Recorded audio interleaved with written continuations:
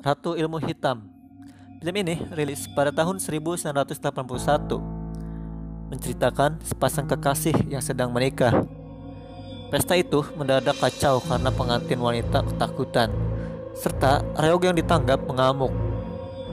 Dukun mengatakan bahwa pesta pernikahan itu sengaja diganggu oleh orang yang punya ilmu hitam.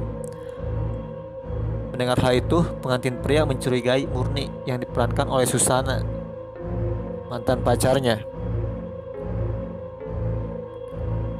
Ia dan warga berbondong-bondong mendatangi rumah Murni, lalu membakar rumahnya. Sementara itu, Murni diarak oleh warga ke jurang. Beruntung, Murni ditolong oleh dukun yang bernama Gendon. Sebenarnya, Gendon adalah biang keladi dari kacaunya pernikahan itu. Sejak saat itu, Murni dihasut oleh Gendon untuk balas dendam terhadap warga desa yang telah menganiayanya. Sehingga Murni mempelajari ilmu hitam untuk meneror warga desa.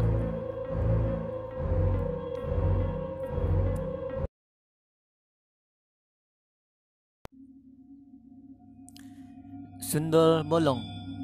Film ini rilis pada tahun 1981, diperankan oleh Susana. Mengisahkan seorang pekerja seksual yang bernama Alisa. Hidupnya berubah setelah menikah dengan Hendarto yang diperankan oleh Barry Prima. Ceritanya diawali ketika Alisa mampir ke sebuah toko butik. Ia disuruh untuk memperagakan pakaian yang ada di butik tersebut oleh Rudy, sang pemilik toko. Melihat kecantikan Alisa, Rudy menggodanya, namun Alisa menolaknya dengan halus. Kejadian ini membuat Rudy marah dan merencanakan niat jahatnya. Rudy menyuruh anak buahnya untuk menculik Alisa, lalu dibawa ke gedung tua. Di gedung tersebut, Alisa diperkosa oleh Rudy secara bergantian bersama anak buahnya. Tak tinggal diam, Alisa melaporkan kejadian itu ke polisi. Karena tidak ada saksi saat Alisa diperkosa, hakim memutuskan bahwa Rudy dan kawan-kawan tak bersalah. Hal ini membuat Alisa menjadi geram. Alisa mendapat kabar bahwa suaminya akan pulang. Alisa bingung menghadapi masalahnya. Karena frustasi dan merasa berdosa, akhirnya Alisa bunuh diri di kamar mandi. Sejak kematiannya, arwah Alisa bergentayangan sebagai sundol bolong dan ingin balas dendam pada orang-orang yang telah menjoliminya. Tak sedikit penduduk sekitar kuburan diganggu oleh sundol bolong. Arwah Alisa akan selalu bergentayangan selama musuh-musuhnya masih hidup. Adegan paling ikonik di film ini adalah ketika saat sundol bolong makan sate dan soto. Jumat Kliwon. Film ini rilis pada tahun 1986, mengisahkan seorang penulis misteri bernama Ayu. Suatu ketika, Ayu dan kekasihnya pergi keluar kota. Di sana, Ayu menemukan sebuah rumah tua. Ayu merasa nyaman dengan rumah tua tersebut. Di rumah itu, Ayu memutuskan untuk menulis novelnya. Ayu ditemani pembantunya yang bernama Pak Ardan. Tiba-tiba Pak Ardan berniat jahat, ingin memperkosa dan membunuh Ayu. Ayu lari ketakutan, kejar Pak Ardan. Di tengah kejadian, ada hantu sundol bolong mengejar Pak Ardan, hingga Pak Ardan tewas ditenggelam di sungai. Ayu memberi keterangan bahwa hantu sundol bolong itu wajahnya mirip dengannya. Untuk mencari kebenarannya, Ayu menanyakan pada Pak Raden sebagai pemilik rumah. Pak Raden membenarkan bahwa sebenarnya Ayu adalah anak dari hantu sundol bolong yang bernama Minati. Saat Minati melahirkan, dia disantet oleh selir Pak Raden. Kandungannya berbalik ke belakang, belatan bayinya mengembung dan meletus. Bayi itu selamat, namun tidak dengan ibunya. Kemudian bayi itu dititipkan ke panti asuhan. Ternyata bayi itu adalah Ayu.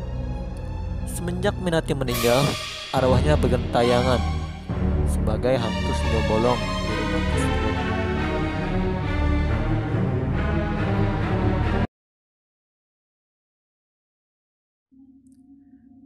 Beranak dalam kubur. Film ini rilis pada tahun 1972, mengisahkan seorang wanita yang bernama Lila, diperankan oleh Susana. Ceritanya, dia dijolimi oleh kakak tirinya yang bernama Dora. Dora adalah seorang wanita psikopat yang telah membunuh ibunya sendiri demi mendapatkan hak waris penuhnya. Ia pun mencoba membunuh Lila yang sedang hamil.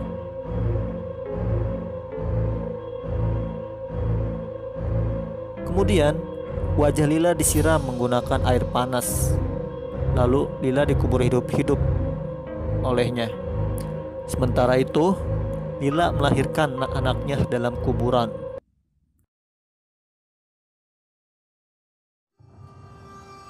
Telaga Angker. Film ini rilis pada tahun 1984, mengisahkan satu keluarga yang bahagia. Suatu ketika, Anita sedang hamil. Dia sedang mengendarai sebuah mobil. Di tengah perjalanan, Anita dibuntuti oleh sekelompok penjahat. Sampai akhirnya, mobil yang dikendarainya terjatuh ke dalam jurang di sebuah telaga, mengakibatkan tewasnya Anita.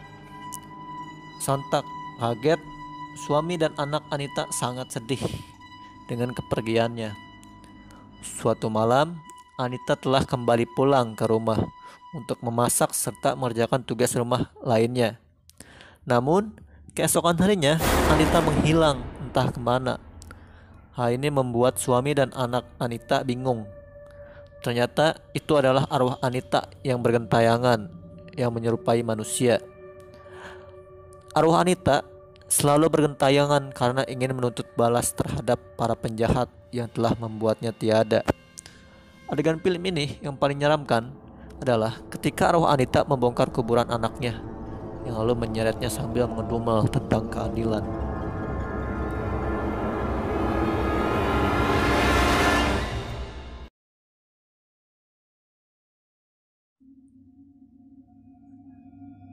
Perjanjian Malam Keramat. Film ini rilis pada tahun 1991, mengisahkan persaingan bisnis di antara Burhan dan Hendro. Burhan tak terima jika Hendro menjadi direktur perusahaan, karena Burhan merasa dirinya lebih senior daripada Hendro. Sejak saat itu, Burhan merencanakan pembunuhan terhadap keluarga Hendro. Burhan mengutus anak buahnya untuk membunuh Hendro serta istri dan kedua anaknya. Sejak saat itu, arwah istri Burhan bergentayangan menuntut balas terhadap Burhan.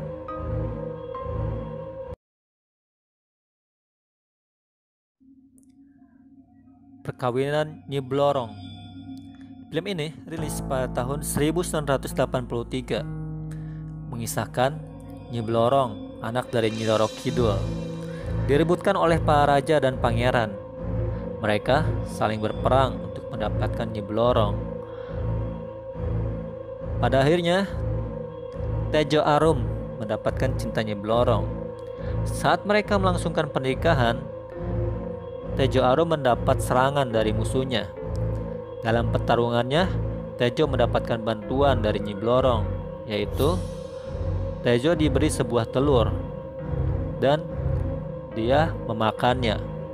Seketika Tejo berubah menjadi raksasa buruk rupa yang sangat kuat. Dia pun berhasil mengalahkan musuhnya. Namun, untuk kembali ke wujudnya, dia harus meninggalkan Nyi Blorong untuk bertapa di Gunung Galunggung selama 350 tahun.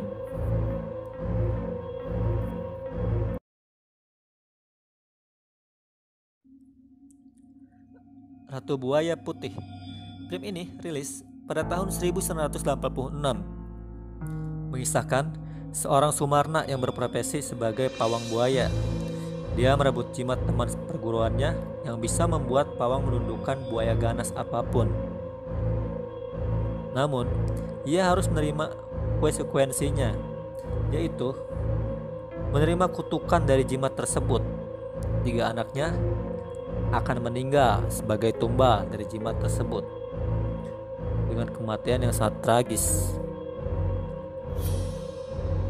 Sumarna mengeluh pada seorang janda muda yang diperankan oleh Susana.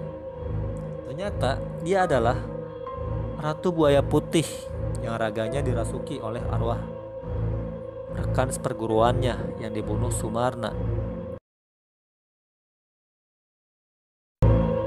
Malam Satu Suro rilis pada tahun 1988. Film ini menceritakan tentang Soketi yang diperankan oleh Susana, arwah seorang wanita yang dijadikan manusia oleh seorang dukun bernama Kirengga. Kemudian Soketi menikah dengan Bardo yang bertemu dengannya ketika Bardo berburu di hutan. Karena ada persaingan bisnis suaminya, sekelompok orang mendatangi rumah Soketi di saat suaminya pergi bekerja. Mereka meyakini bisnis Bardo yang sukses dikarenakan menikah dengan wanita jejadian. Lalu mereka berusaha mencabut paku yang tertancap di kepala Soketi. Kemudian Soketi berubah menjadi sundel bolong. Hal ini membuat sundel bolong Soketi menjadi marah karena telah merusak kehidupan rumah tangganya, sehingga ia membalas dendam pada para penjahat itu, membunuh mereka satu persatu.